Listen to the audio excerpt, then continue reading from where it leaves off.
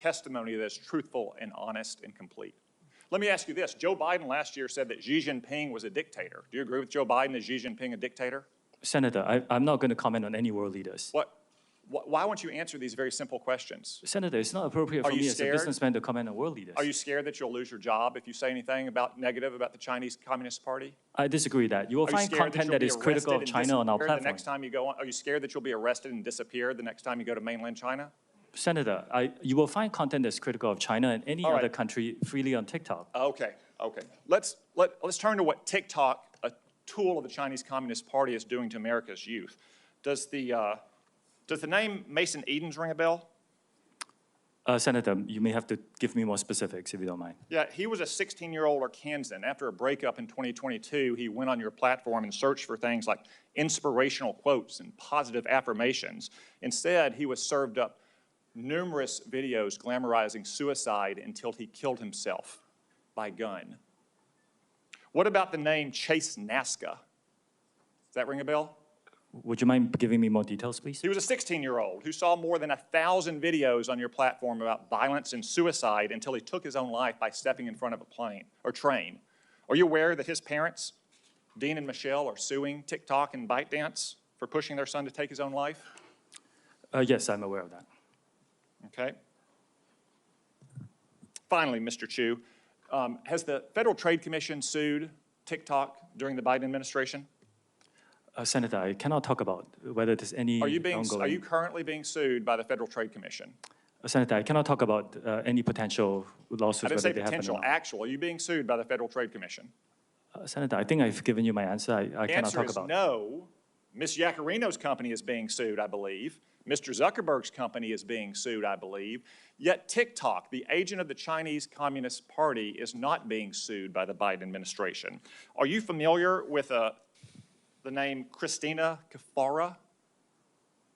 You may have to give me more details. Christina Kafara was a paid advisor to ByteDance, your communist-influenced parent company. She was then hired by the Biden FTC to advise on how to sue Mr. Zuckerberg's company.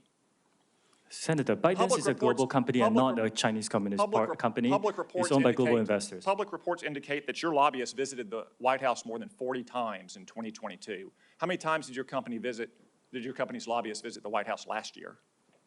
I don't know that, Senator. Are you aware that the Biden campaign and the Democratic National Committee is on your platform? They have TikTok accounts? Senator, we encourage people to come on to create organic, authentic content. They won't let their staffers use their personal phones. They give them separate phones that they only use TikTok on. We encourage everyone to join, including yourself, Senator. So all these companies are being sued by the FTC. You're not. The FTC has a former paid advisor, your parent, talking about how they can sue Mr. Zuckerberg's company. Joe Biden's re-election campaign, the Democratic National Committee, is on your platform. Let me ask you, have you or anyone else at TikTok communicated with or coordinated with the Biden administration, the Biden campaign, or the Democratic National Committee to influence the flow of information on your platform?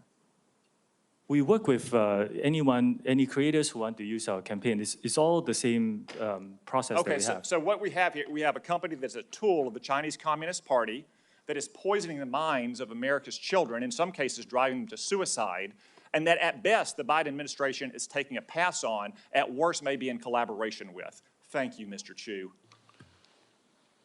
Thank you, Senator Cotton. So we're going to take a break now.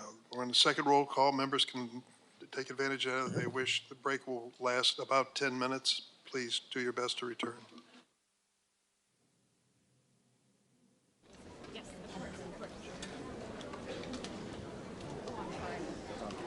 Are you trying to go through this? We're going to meet some families. Got it. Yeah.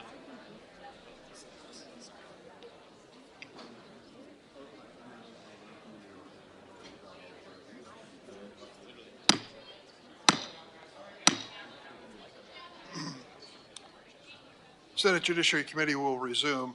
We have 9 senators who have not asked questions yet in 7-minute rounds. And we'll turn first to Senator Padilla. Thank you, Mr. Chair. Colleagues, as we reconvene, I'm proud once again to share that I am one of the few senators with younger children. And I lead with that because as we are having this conversation today, it's not lost on me that between my children, who are all now in the teen and preteen category, and their friends, I see this issue very up close and personal. And in that spirit, I want to take a second to just acknowledge and thank all the parents who are in the audience today, many of whom have shared their stories with our offices, and I credit them for finding strength through their suffering, through their struggle, and channeling that into the advocacy that is making a difference. I thank all of you. Now, I appreciate, again, personally, the challenges that parents and caretakers, school personnel, and others face in helping our young people navigate this world of social media and technology in general. Now, the services our children are growing up with provide them unrivaled access to information. I mean, this is beyond what previous generations have experienced. And that includes learning opportunities, socialization, and much, much more. But we also clearly have a lot of work to do to better protect our children from the predators and predatory behavior that these technologies have enabled. And yes, Mr. Zuckerberg, that includes exacerbating the mental health crisis in America. Nearly all teens we know have access to smartphones and the internet and use the internet daily. And while guardians do have primary responsibility for caring for our children, the old adage says it takes a village. And so society as a whole, including leaders in the tech industry, must prioritize the health and safety of our children. Now, dive into my questions now and be specific, platform by platform, witness by witness, on the topic of some of the parental tools you have each made reference to. Mr. Citron, how many minors are on Discord, and how many of them have caretakers that have adopted your family center tool? And if you don't have the numbers, just say that quickly and provide that to our office. We can follow up with you on that. How have you ensured that young people and their guardians are aware of the tools that you offer? We make it very clear to teens on our platform what tools are available, and our Teen Safety Assist is enabled by default. What specifically do you do? What may be clear to you is not clear to the general public. So what do you do, in your opinion, to make it very clear? So our Teen Safety Assist, which is a feature that helps teens keep themselves safe, in addition to blocking and blurring images that may be sent to them, that is on by default for teen accounts, and it cannot be turned off. We also have, we market and to our teen users directly on our platform. We launched our Family Center. We created a promotional video. We put it directly on our product. So when every teen opened the app, in fact, every user opened the app, they got an alert like, hey, Discord has this, they want you to use it. Thank you. Look forward to the data that we're requesting from We'll Mr. Zuckerberg. Across all of Meta services, from Instagram, Facebook, Messenger, and Horizon, how many minors use your applications? And of those minors, how many have a caretaker that has adopted the parental supervision tools that you offer? Sorry, I can follow up with the specific stats on that. Okay, it would be very helpful, not just for us to know, but for you to know as the leader of your company. And how, same question, how are you ensuring that young people and their guardians are aware of the tools that you offer? We run pretty extensive ad campaigns, both on our platforms and outside. We work with creators and organizations like Girl Scouts to make sure that this is broadly, that there's broad awareness of the tools. Okay. Mr. Spiegel, how many minors use Snapchat? And of those minors, how many have caretakers that are registered with your family center? Senator, I believe approximately, in the United States, there are approximately 20 million teenage users of Snapchat. I believe approximately 200,000 parents use Family Center, and about 400,000 teens have linked their account to their parents using Family Center. So 200,000, 400,000 sounds like a big number, but small in percentage of the minors using Snapchat. What are you doing to ensure that young people and their guardians are aware of the tools you offer? Senator, we create a banner for Family Center on the user's profiles so that accounts we believe may be of the age that they could be parents can see the entry point into Family Center easily. Okay. Mr. Chu, how many minors are on TikTok, and how many of them have a caregiver that uses your family tools? Senator, I need to get back to you on the specific numbers, but we were one of the first platforms to give what we call family pairing to parents. You go to settings, you turn on the QR code, your teenager's QR code and yours, you scan it. And what it allows you to do is you can set screen time limits, you can filter out some keywords, you can turn on a more restricted mode. And we're always talking to parents. I met a group of parents and teenagers and high school teachers last week to talk about what more we can provide in the family pairing mode. Ms. Yacarino, how many minors use X, and are you planning to implement safety measures or guidance for caretakers like your peer companies have? Thank you, Senator. Less than 1% of all U.S. users are between the ages of 13 and 17. Less than 1% out of how many? Of 90 million U.S. users. Okay, so still hundreds of thousands. Continue. Yes, yes, and every single one is very important. Being a 14-month-old company, we have reprioritized child protection and safety measures, and we have just begun to talk about and discuss how we can enhance those with parental controls. Let me continue with a follow-up question for Mr. Citron. In addition to keeping parents informed about the nature of various internet services, there's a lot more we obviously need to do. For today's purposes, while many companies offer a broad range of quote-unquote user empowerment tools, it's helpful to understand whether young people even find these tools helpful. So appreciate you sharing your Teen Safety Assist and the tools and how you're advertising it, but have you conducted any assessment of how these features are impacting minors' use of your platform? Our intention is to give teens tools, capabilities that they can use to keep themselves safe, and also so our teams can help keep teens safe. We recently launched Teen Safety Assist last year, and I do not have a study off the top of my head, but we'd be happy to follow up with you on that. Okay. My time is up. I'll have follow-up questions for each of you, either in the second round or through statements for the record on a similar assessment of the tools that you've proposed. Thank you, Mr. Chair. Thank you, Senator Padilla. Senator Kennedy. Thank you all for being here. Mr. Spiegel, I see you hiding down there. What does yada, yada, yada mean? I'm not familiar with the term, Senator. Very uncool. Can we agree that what you do, not what you say, what you do is what you believe and everything else is just cottage cheese? Yes, Senator. You agree with that? Speak up. Don't be shy.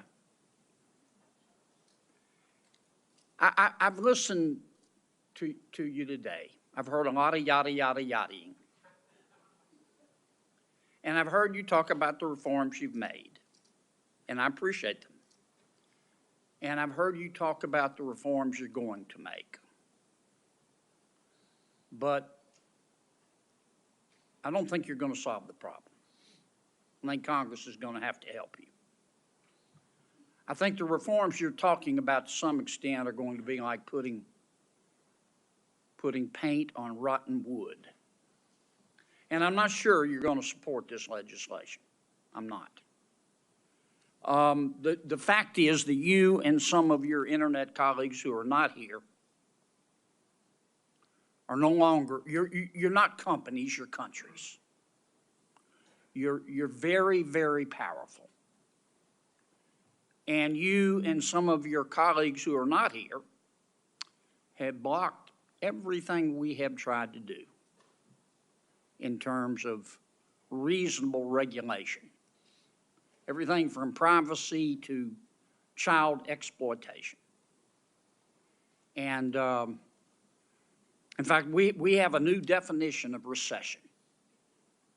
A recession is when, we know we're in a recession when Google has to lay off 25 members of Congress. That's what we're down to. We're also down to this fact that your platforms are hurting children. I'm not saying they're not doing some good things, but they're hurting children.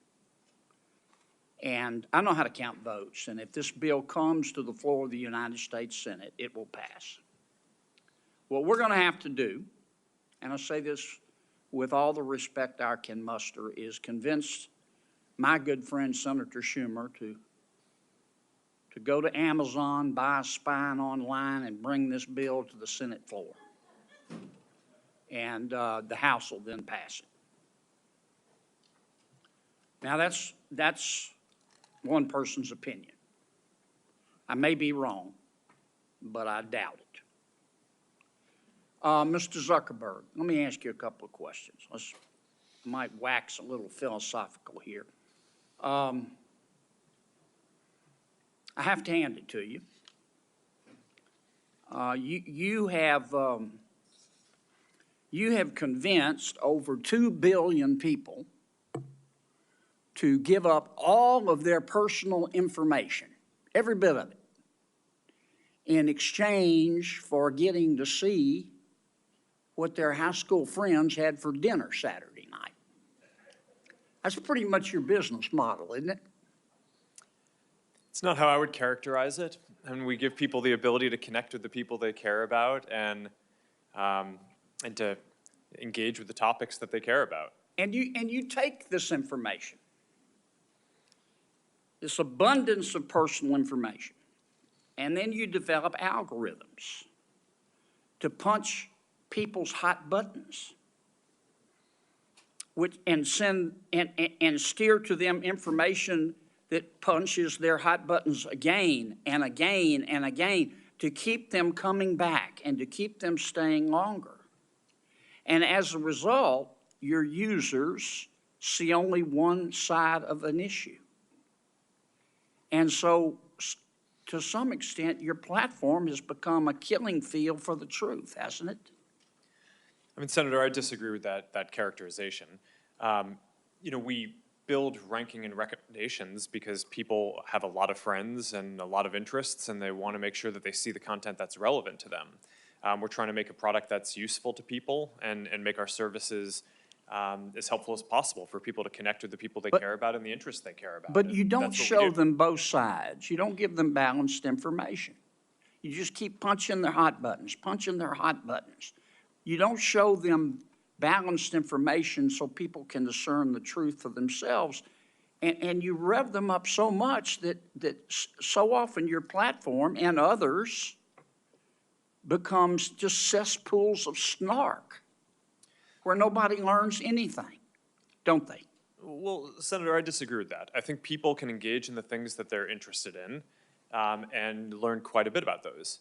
We have done a handful of different experiments and things in the past around news and trying to show content on a diverse set of perspectives. I think that there's more that needs to be explored there, but I don't think that we can solve that by ourselves. One of the things that I saw. I'm sorry to cut you off, Mr. President, but I'm going to run out of time. Do you think your users really understand what they're giving to you, all of their personal information, and how you process it and how you monetize it? Do you think people really understand? Senator, I think people understand the basic terms. I mean, I think that there's. I actually think that a lot of people overestimate how much information It's been a there is couple that of we years have. since we talked about this. Does your user agreement still suck? I'm not sure how to answer that, Senator. Can you still hide a dead body and all that legalese where nobody can find it? Senator, I'm not quite sure what you're referring to, but I think people get the basic deal of using these services. It's a free service. You're using it to connect with the people you care about. If you share something with people, other people will be able to see your information. It's inherently, if you're putting something out there to be shared publicly or with a private set of people, it's, you're inherently putting it out there. So I think people get that basic part of how the service works. But Mr. Zuckerberg, you're in the foothills of creepy. You track people who aren't even Facebook users. You track your own people, your own users who are your product, even when they're not on Facebook. I'm going to land this plane pretty quickly, Mr. Chairman. I mean, it's creepy. And I understand you make a lot of money doing it, but I just wonder if our technology is greater than our humanity. I mean, let me ask you this final question. Instagram is harmful to young people, isn't it? Senator, I disagree with that. That's not what the research shows on balance. That doesn't mean that individual people don't have issues and that there aren't things that we need to do to help provide the right tools for people. But across all of the research that we've done internally, I mean, the survey that the senator previously cited, there are 12 or 15 different categories of harm that we asked teens if they felt that Instagram made it worse or better. And across all of them, except for the one that Senator Hawley cited, more people said that using Instagram made the different issues that they face, Mr. Zuckerberg. either positive or. We just have to agree to disagree. If you believe that Instagram, I'm not saying it's intentional, but if you agree that if you think that Instagram is not hurting millions of our young people, particularly young teens, particularly young women, you shouldn't be driving. It is. Thanks. Senator Butler.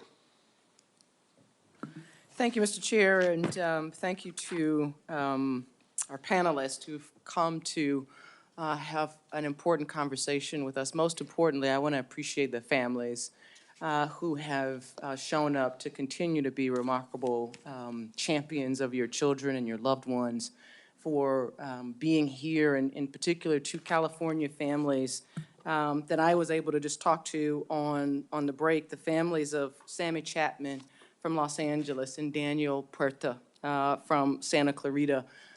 They are here today and are doing some incredible work to not just protect the memory and legacy of their boys, but the work that they're doing is going to protect my 9-year-old. And that is indeed why we're here. There are a couple questions that I want to ask some individuals. Let me start with a question for each of you. Mr. Citron, have you ever sat with a family and talked about their experience and what they need from your product? Yes or no? Yes, I have spoken with parents about how we can build tools to help them. Mr. Spiegel, have you sat with families and young people to talk about your products and what they need from your product? Yes, Senator. Mr. Hsu?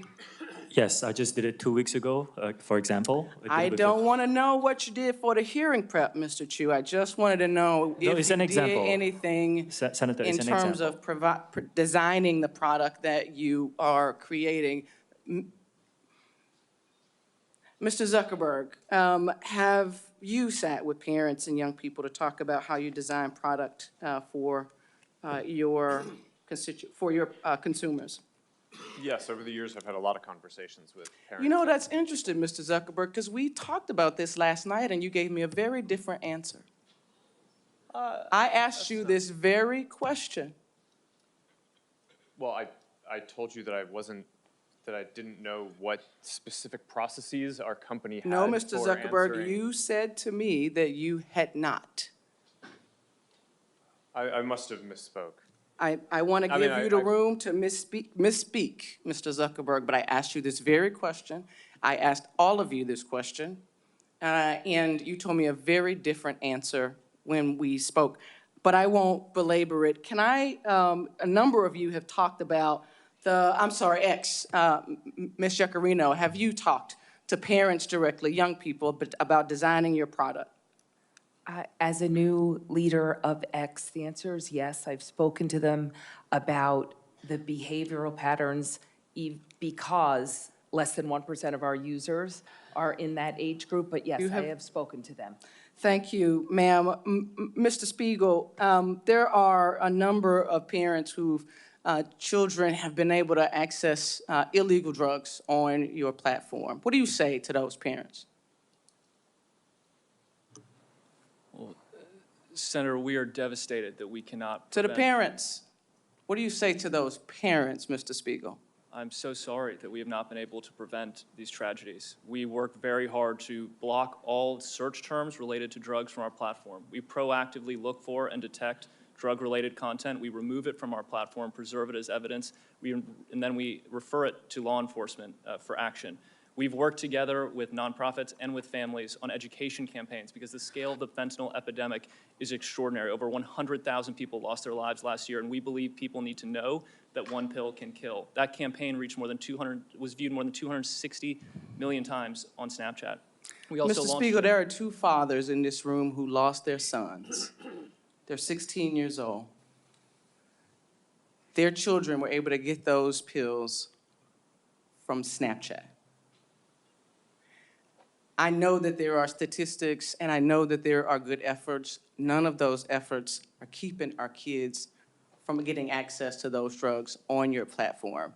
As a California company, all of you, I've talked with you about what it means to be a good neighbor and what California families and American families should be expecting from you. You owe them more than just a set of statistics. And I look forward to you showing up on all pieces of this legislation, all of you, showing up on all pieces of legislation to keep our children safe. Mr. Zuckerberg, I want to come back to you. I talked with you about being a parent to a young child who doesn't have a phone, is not on social media at all. And one of the things that I am deeply concerned with as a parent to a young Black girl is the utilization of filters on your platform that would suggest to young girls utilizing your platform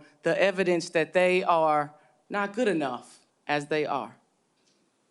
I want to ask more specifically and refer to some unredacted court documents that reveal that your own researchers concluded that these face filters that mimic plastic surgery negatively impact youth mental health indeed and well-being. Why should we believe that because that you're going to do more to protect young women and young girls when it is that you give them the tools to affirm the self-hate that is spewed across your platforms? Why is it that we should believe that you are committed to doing anything more to keep our children safe?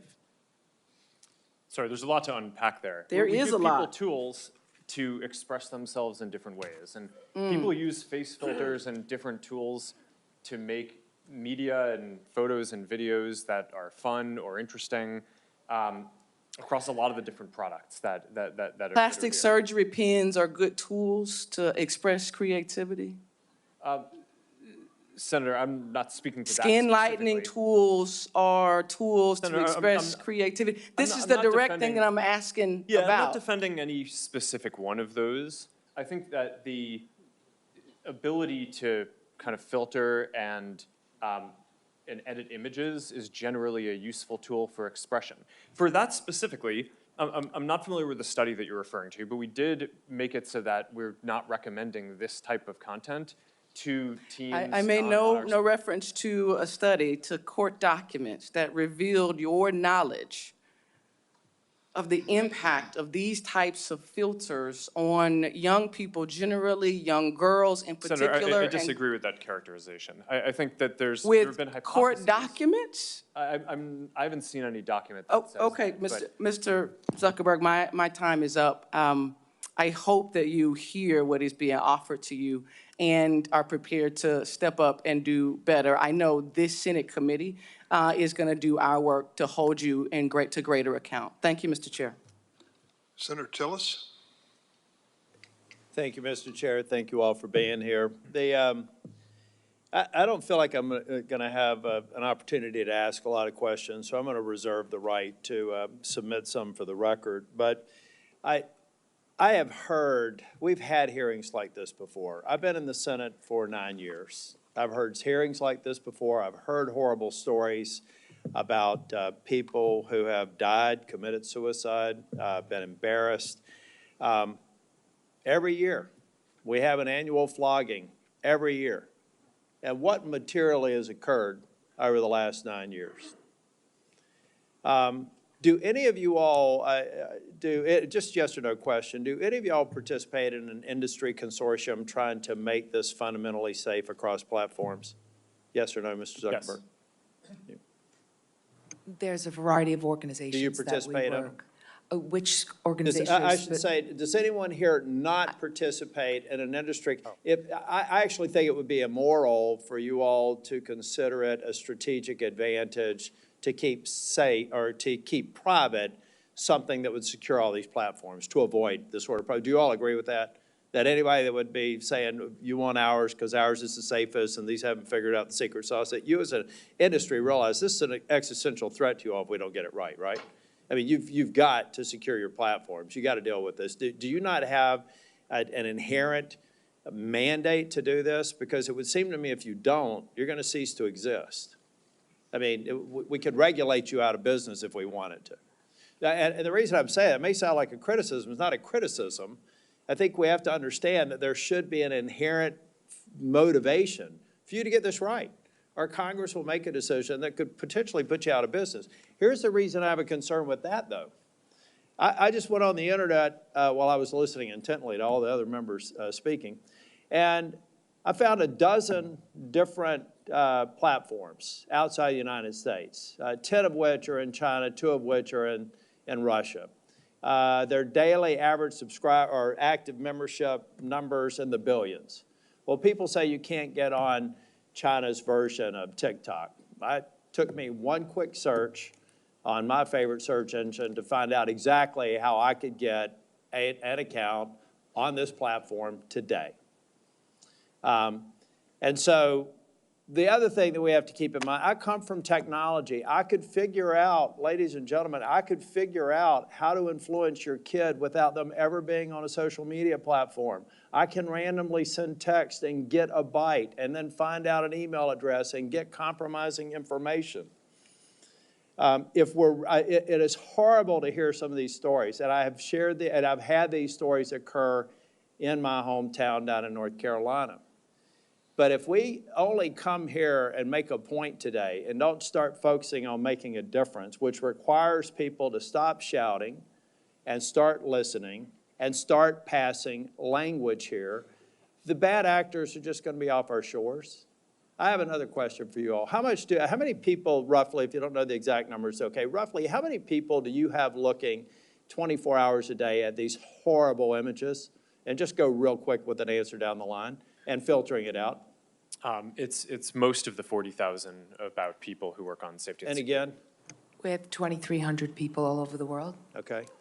We have 40,000 trust and safety professionals around the world. We have approximately 2,000 people dedicated to trust and safety and content moderation. Our platform is much smaller than these folks. Yeah. We have hundreds of people, and it's looking at content, and Well, 15% of our workforce I'm only focused mentioning, on these it. people have a horrible job. Many of them experience, they have to get counseling for all the things they see. We have evil people out there. And we're not going to fix this by shouting past or talking past each other. We're going to fix this by every one of y'all being at the table and hopefully coming closer to what I heard one person say, supporting a lot of the good bills, like one that I hope Senator Blackburn mentions when she gets a chance to talk. But guys, if you're not at the table and securing these platforms, you're going to be on it. And the reason why I'm not okay with that is that if we ultimately destroy your ability to create value and drive you out of business, the evil people will find another way to get to these children. And I do have to admit, I don't think my mom's watching this one, but there is good. We can't look past good that is occurring. My mom, who lives in Nashville, Tennessee, and I talked yesterday, and we talked about a Facebook post that she made a couple of days ago. We don't let her talk to anybody else. That connects my 92-year-old mother with her grandchildren and great-grandchildren. That lets a kid who may feel awkward in school to get into a group of people and relate to people. Let's not throw out the good because we haven't all together focused on rooting out the bad. Now, I guarantee you, I could go through some of your governance documents and find a reason to flog every single one of you because you didn't place the emphasis on it that I think you should. But at the end of the day, I find it hard to believe that any of you people started this business, some of you in your college dorm rooms, for the purposes of creating the evil that is being perpetrated on your platforms. But I hope that every single waking hour, you're doing everything you can to reduce it. You're not going to be able to eliminate it. And I hope that there are some enterprising young tech people out there today that are going to go to parents and say, ladies and gentlemen, your children have a deadly weapon. They have a potentially deadly weapon, whether it's a phone or a tablet. You have to secure it. You can't assume that they're going to be honest and say that they're 16 when they're 12. We all have to recognize that we have a responsibility to play, and you guys are at the tip of the spear. So I hope that we can get to a point to where we are moving these bills. If you got a problem with them, state your problem, let's fix it. No is not an answer. And know that I want the United States to be the beacon for innovation, to be the beacon for safety, and to prevent people from using other options that have existed since the internet has existed to exploit people. And count me in as somebody that will try and help out. Thank you, Mr. Chair. Thank you, Senator Tillis. Next is Senator Ossoff. Thank you, Mr. Chairman, and thank you to our witnesses today. Mr. Zuckerberg, I want to begin by just asking a simple question, which is, do you want kids to use your platform more or less? Well, we don't want people under the age of 13 using. Do you want teenagers 13 and up to use your platform more or less?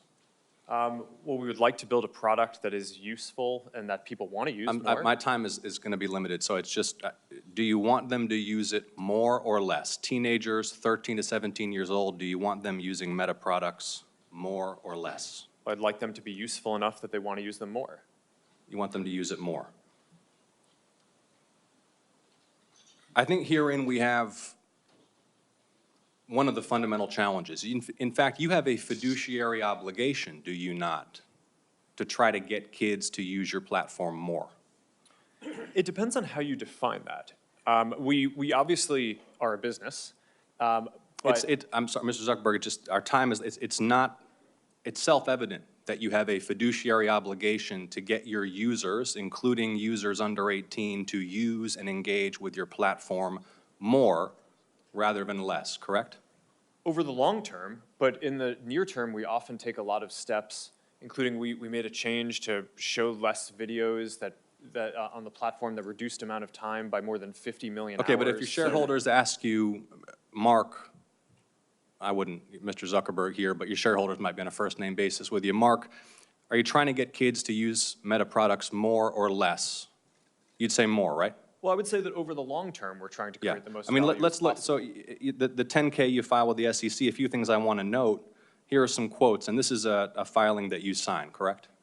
Yes. Yeah. Our financial performance has been and will continue to be significantly determined by our success in adding, retaining, and engaging active users. Here's another quote. If our users decrease their level of engagement with our products, our revenue, financial results, and business may be significantly harmed. Here's another quote. We believe that some users, particularly younger users, are aware of and actively engaging with other products and services similar to or as a substitute for ours. It continues, in the event that users increasingly engage with other products and services, we may experience a decline in use and engagement in key demographics or more broadly, in which case our business would likely be harmed. You have an obligation as the chief executive to encourage your team to get kids to use your platform more. Senator, I think this is... is that not self-evident? You have a fiduciary Senator, I think obligation to your shareholders to get kids to use your platform more. I think that the thing that's not intuitive is the direction is to make the products more useful, so that way people want to use them more.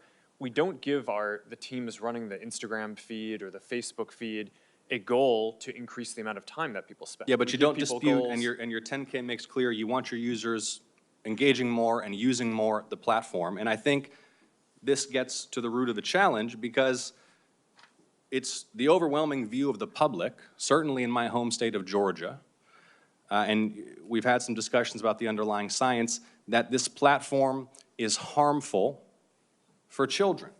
I mean, you are familiar with and not just your platform, by the way, social media in general. 2023 report from the Surgeon General about the impact of social media on kids' mental health, which cited evidence that kids who spend more than 3 hours a day on social media have double the risk of poor mental health outcomes, including depression and anxiety. Are you familiar with that Surgeon General report and the underlying study?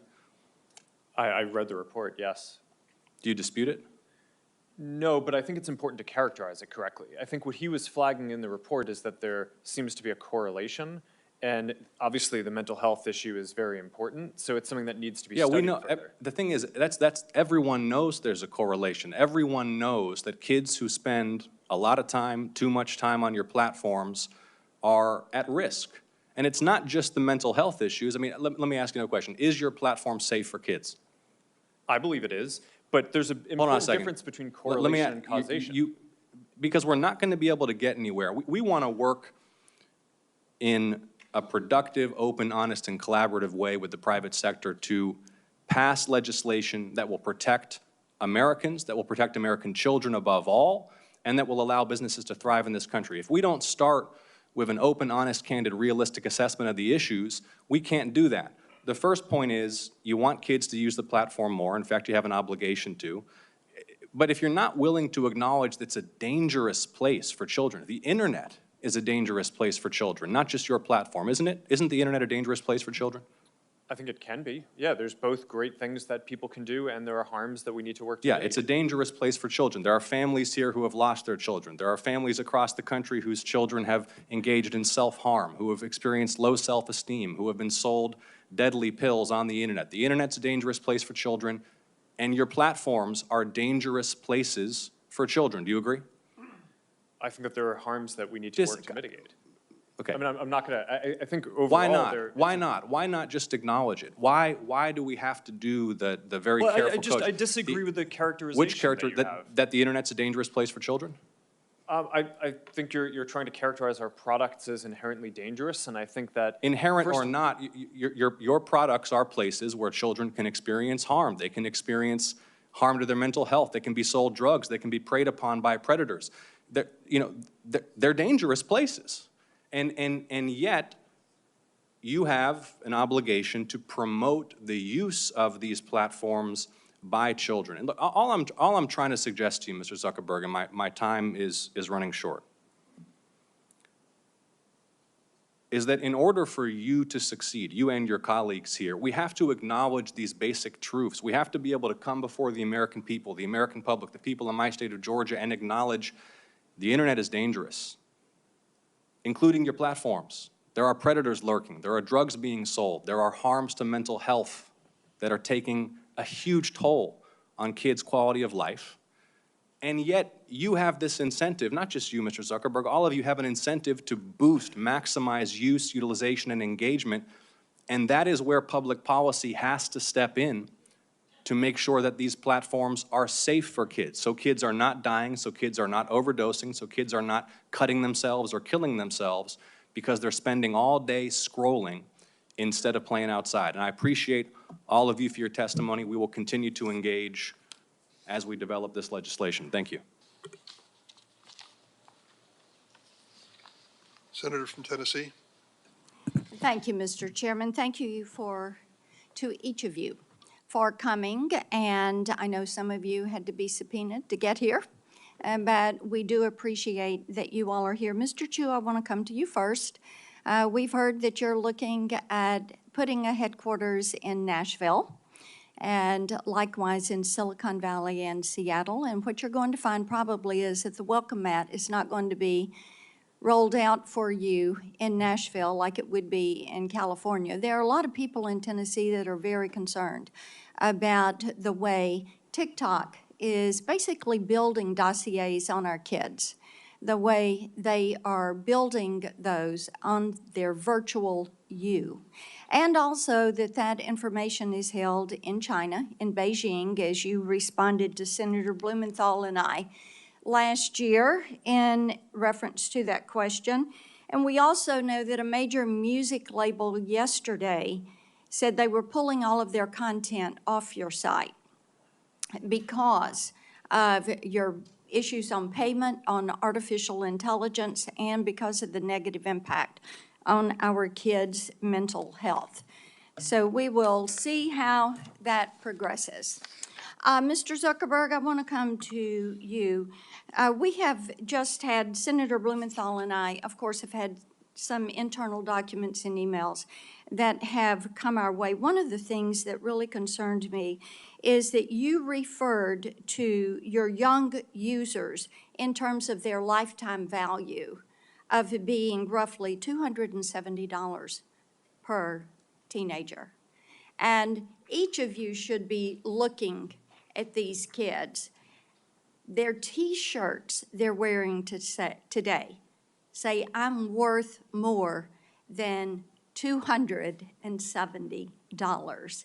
We've got some standing up in those T-shirts. Now, and some of the children from our state, some of the children, the parents that we have worked with, just to think, whether it is Becca Schmidt, David Mollick, Sarah Flatt, Annalie Schote, would you say that life is only worth $270? What could possibly lead you? I mean, I listened to that. I know you're a dad. I'm a mom. I'm a grandmom. And how could you possibly even have that thought? It is astounding to me. And I think this is one of the reasons that states, 42 states are now suing you because of features that they consider to be addictive, that you are pushing forward. And in the emails that we've got from 2021 that go from August to November, there is the staff plan that is being discussed. And Antigone Davis, Nick Clegg, Sheryl Sandberg, Chris Cox, Alex Schultz, Adam Masseri are all on this chain of emails on the well-being plan. And then we get to one, Nick did email Mark for emphasis, to emphasize his support for the package, but it sounds like it lost out to various other pressures and priorities. See, this is what bothers us. Children are not your priority. Children are your product. Children you see as a way to make money. And children, protecting children in this virtual space, you made a conscious decision. Even though Nick Clegg and others were going through the process of saying, this is what we do. These documents are really illuminating. And it just shows me that growing this business, expanding your revenue, what you were going to put on those quarterly filings, that was the priority. The children were not. It's very clear. I want to talk with you about the pedophile ring because that came up earlier, and the Wall Street Journal reported on that. And one of the things that we found out was after that became evident, then you didn't take that content down. And it was content that showed that teens were for sale and were offering themselves to older men. And you didn't take it down because it didn't violate your community standards. Do you know how often a child is bought or sold for sex in this country? Every 2 minutes. Every 2 minutes, a child is bought or sold for sex. That's not my stat. That is a TBI stat. Now, finally, this content was taken down after a congressional staffer went to Meta's global head of safety. So would you please explain to me and to all these parents why explicit predatory content does not violate your platform's terms of service or your community standards? Sure, Senator. Let me try to address all of the things that you just said. It does violate our standards. We work very hard to take it down. Didn't take it down. We've reported, I think it's more than 26 million examples of this kind of content. Didn't take it down until a congressional staffer brought it up. It may be that in this case, we made a mistake and missed something. I but think we you have, make a lot of But mistakes, so let's we have move leading on. teams that I want to identify more talk than. with you about your Instagram Creators Program and about the push. We found out through these documents that you actually are pushing forward because you want to bring kids in early. You see these younger teenagers as valuable but an untapped audience, quoting from the emails, and suggesting teens are actually household influencers to bring their younger siblings into your platform, into Instagram. Now, how can you ensure that Instagram creators, your product, your program, does not facilitate illegal activities when you fail to remove content pertaining to the sale of minors? And it is happening once every 2 minutes in this country. Senator, our tools for identifying that kind of content are industry leading. That doesn't mean we're perfect. There are definitely issues that we have, but we continue to invest a ton in it. Mr. Zuckerberg, yes, there are a lot that is slipping through. It appears that you're trying to be the premier sex trafficking Of course site not, Senator. in this country. Senator, that's ridiculous. No, it Senator, is not ridiculous. Of You course want we to don't turn want around this, and we tell don't want these this people content on our that, platforms, and why don't you take it down? We do take it We down. are here discussing, We do we more need work to you take it all down to than- work than- with than- us. No, you're not. You are not. And the problem is, we've been working on this, Senator Welch is over there, we've been working on this stuff for a decade. You have an army of lawyers and lobbyists that have fought us on this every step of the way. You work with NetChoice, the Cato Institute, Taxpayers Protection Alliance, and Chamber of Progress to actually fight our bipartisan legislation to keep kids safe online. So are you going to stop funding these groups? Are you going to stop lobbying against this and come to the table and work with us? Yes or no? Senator, we have a. Yes or no? Of course, we'll work with you on the legislation. Okay, I mean, the it's door been hard is to- open. We've got all these bills. You need to come to the table. Each and every one of you need to come to the table. And you need to work with us. Kids are dying.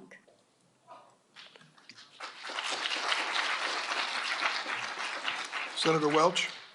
I want to thank my colleague, Senator Blackburn, for her decade of work on this. I actually have some optimism.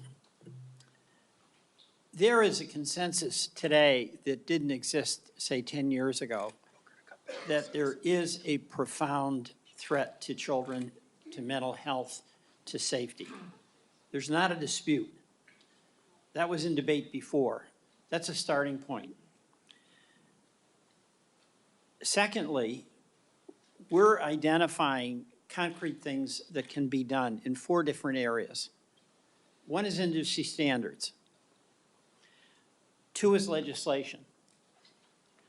3 are the courts. And then 4 is a proposal that Senator Bennett, Senator Graham, myself, and Senator Warren have to establish an agency, a governmental agency, whose responsibility would be to engage in this on a systematic, regular basis with proper resources. And I just want to go through those. I appreciate the industry standard decisions and steps that you've taken in your companies. But it's not enough, and that's what I think you're hearing from my colleagues. Like, for instance, where there are layoffs in it is in the Trust and Verify programs. That's alarming because it looks like there is a reduction in emphasis on protecting things. Like, you just added, Ms. Iacarino, 100 employees in Texas in this category. And how many did you have before? The company is just coming through a significant restructuring. So we've increased the number of trust and safety employees and agents all over the world by at least 10% so far in the last 14 months, and we will continue to do so, specifically in Austin, Texas. All right, Mr. Zuckerberg, my understanding is there have been layoffs in that area as well. There's added jobs there at Twitter, but at Meta, have there been reductions in that? There have been across the board, not really focused on that area. I think our investment is relatively consistent over the last couple of years. All right, We well- invested almost $5 billion in this work last year, and I think this year will be on the same order of magnitude. All right, and another question that's come up is when, to the horror of a user of any of your platforms, somebody has an image on there that's very compromising, often of a sexual nature. Is there any reason in the world why a person who wants to take that down can't have a very simple same-day response to have it taken down? I'll start with Twitter on that. I'm sorry, Senator, I was taking notes. Could you repeat the question? Well, there's a lot of examples of a young person finding out about an image that is of them and really compromises them and actually can create suicidal thoughts. And they want to call up or they want to send an email and say, take it down. I mean, why is it not possible for that to be responded to immediately? Well, we all strive to take down any type of violative content or disturbing content immediately. At X, we have increased our But capabilities shouldn't with a that be, shouldn't that two-step just be a reporting standard? process. If I'm a parent or I'm a kid and I want this down, shouldn't there be methods in place where it comes down? You can see what the image is. Yes. An Mr. Zuckerberg, go ahead. ecosystem-wide standard would improve and actually enhance the experience for users at all our platforms. All right. There actually is an organization that I think a number of the companies up here are a part of called Take It Down. It's some technology that we and a few others All right, built. so that you basically- all are in favor of that, because this that already is going to give exists. some peace of mind to people, all right? It really, really matters. I don't have that much time, so we've talked about the legislation, and Senator Whitehouse had asked you to get back with your position on Section 230, which I'll go to in a minute, but I would welcome each of you responding as to your company's position on the bills that are under consideration in this hearing, all right? I'm just asking you to do that. Third, the court. This big question of Section 230.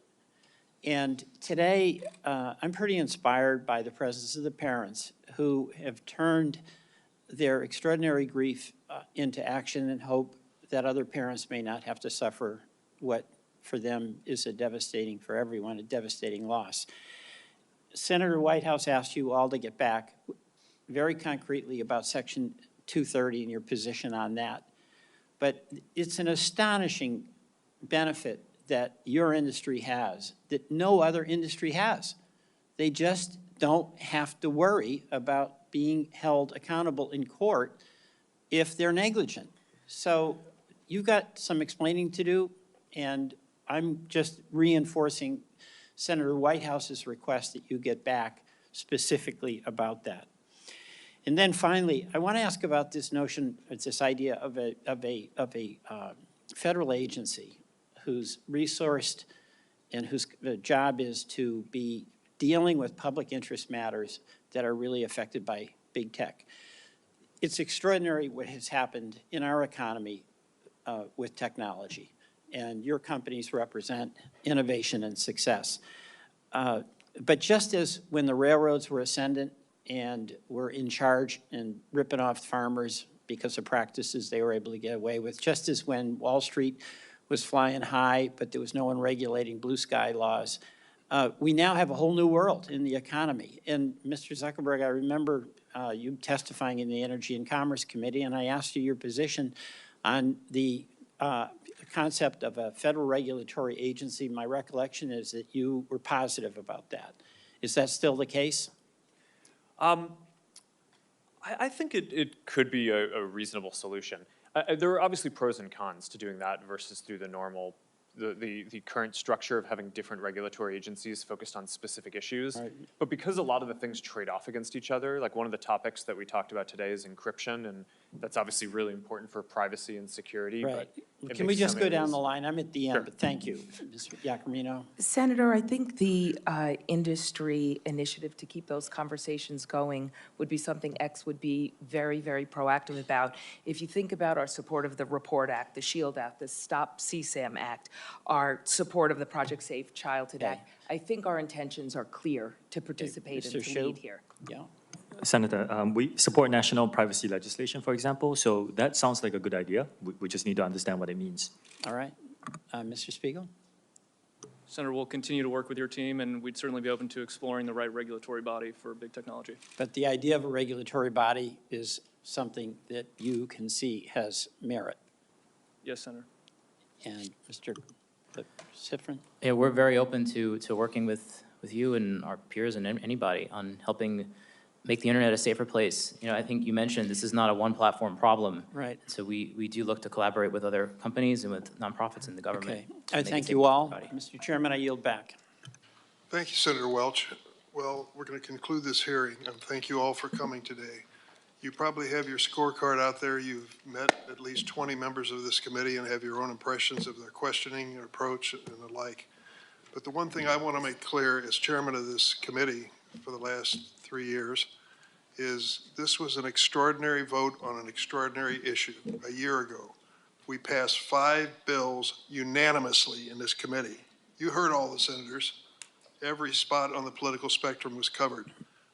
Every single senator voted unanimously in favor of the 5 pieces of legislation we've discussed today. It ought to tell everyone who follows Capitol Hill and Washington a pretty stark message. We get it, and we live it.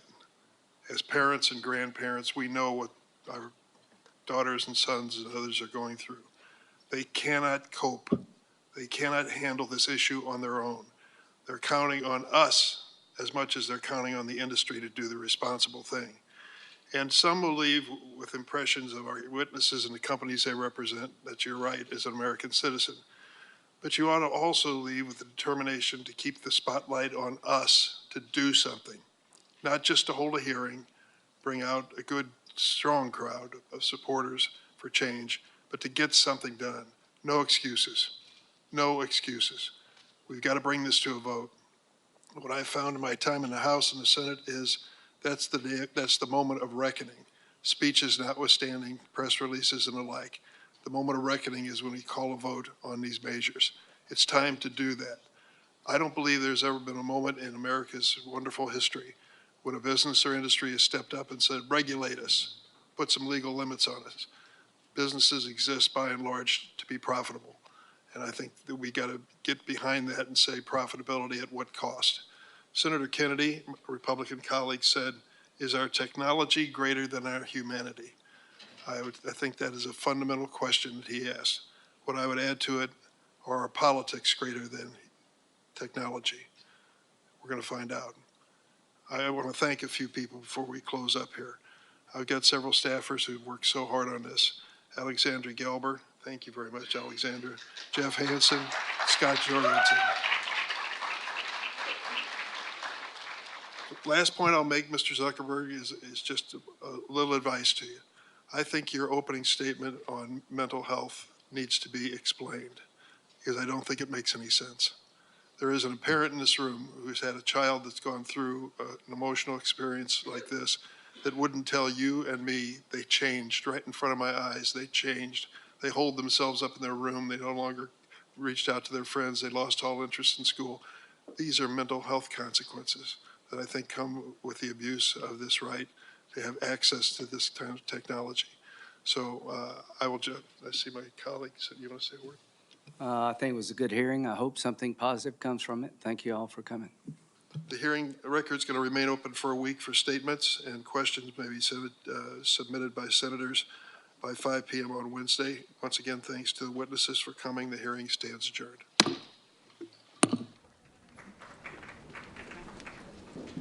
Just keep a path here, folks. Good, thank you. Watch your step here.